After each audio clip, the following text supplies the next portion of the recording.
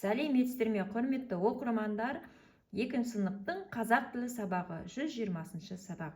Құрметті оқырмандар, каналға тіркелуді ұмытпаңыздар, лайк басыңыздар. Бүгінгі сабақта 1-ші жаттығудан 4-ші жаттығуға дейін бірге қарастыратын боламыз. Каналға тіркеліп өз көмектеріңізді беріңіздер. Біздің жобамыз.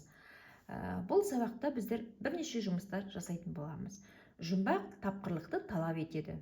Жұмбақ жасырғанда айтылар анық нәрсені ойда бүгіп қалып, соған ұқсас нәрселерге теңеп, тұспалмен жеткізеді.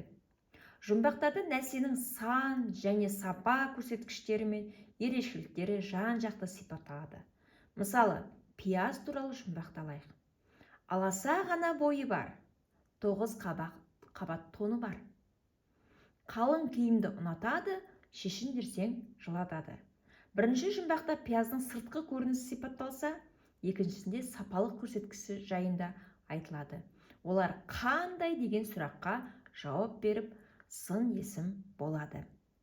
Біздер сын есім тақырыбын білесіздер. Сын есім тақырыбын біздер қайталайтын боламыз. Сын есім, яғни заттың түрін, түсін, сапасын білдіретін сөздерді сын есім дейміз. Сын есімдерге қандай, қай деген сұрақтар қойылады. Ендеше біздер жұмбақтарды бізге жасырған кезде сол жасырылып тұрған сөз бізде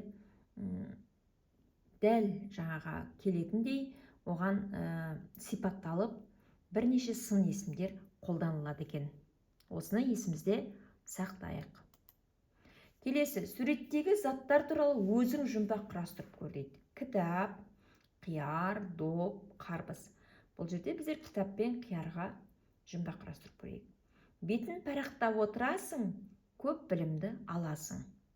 Өзіміздің құрастырып отқан бұл жұмбағымыз. Ендеше бұның жауабы кітап. Ұзынша келген пішінде, сырты жасыл, бүдір-бүдір, ішінде жасыл сөлі бар. Бұл көкөнісіміз қияр екен. Ендеше осылай жаңағы әрбір заттың сыртқы көрінісін сипаттай отырып, жұмбақтар құрастырып шығаруларға болады. Сол сияқты ары қарай доп және қарбызға өздеріміз жұмбақ құрастыра қояйық. Келесі, домалап шаршамайды, балалар қуалайды. Бұл бізде доп. Сырты ала жасыл, іші тәтті қызыл. Бұл қарбыз жауабы. Ендеше әрбір заттың сыртқы келбетіне, бейнесіне қарай отырып, осындай жұмбақтар құрастырдық. Екінші тапсырма. Ішінде сын есімі бар жұмбақтар іздеп жина. Ондағы сын есімдердің рөлін түсіндір.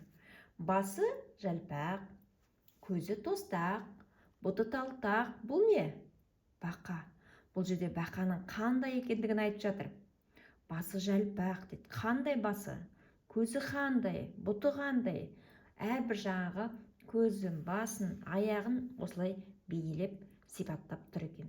Сол сипаттауларына қарай отырып, бұл жұмбақтың жауабы бақа екенін тауып алатын боламыз. Келесі, кішкентай ғана бойы бар, айналдырып киген тоны бар. Бұл жерде жауабы қой. Қандай бойы бар? Кішкентай, яғни кішкентай, тоны дегесін жерде тоны бар деген сөздерге қарай отырып, бұл жұмбақтың жауабы қой екендігін бірден таба алатын боламыз. Келесі, суреттегілерді сипаттап айт дейді. Суретте біздер кірпі мен қоянды көріп тұрмыз. Бізде кірпі қандай? Кішкентай, дөңгелек, денесі инелермен қапталған, қоңыр, қара түсті деп айта аламыз. Келесі, қоян ол өте қорқақ және жылдам. Қоян қара, сұр, ақ түсті, құлақтары ұзын болады деп сипаттап айтуымызға болады. Қоян қандай? Қорқақ, қандай? Жылдам, қара, сұр, ақ деп оның түстеріне байланысты айтатын боламыз. Міне, әрбір затқа осындай сын есімдерді қою арқылы сипаттап айтуымызға болады екен. Келесі тапсырма, түркіздерген назым қандай оқушы екенін анықтайтын сөздер тауып жаз дейді. Сондай оқушы туралы әңгімеле дейді. Назым бізде ақылды, ұқыпты, шыншыл, білгір, көркем деп назымды сипаттап жаңағы қандай оқушы екендігін айтуымызға болады. Сын есім туралы білетіндеріңді пайдаланып, осындай тапсырмалар құрастырып көр. Жұмысыңды сыныптастарының алдында қорғап, өз ойыңды дәлелде. Сіздер де осындай сын есімге қатысты бірнеше қызықты тапсырмалар құрастырып көріңіздер, және сол тапсырмаларыңды сыныптың алдында қорғап шығуларың керек. Сын есімді дәлелдейтіндей. Яғни сын есім бізде қандай сөз табиды? Есімізге түсірейікші. Сын есім заттың түрін, түсін, сапасын білдіретін сөздер. Сын есім, яғни қандай, қай деген сұрақтарға жауап береді.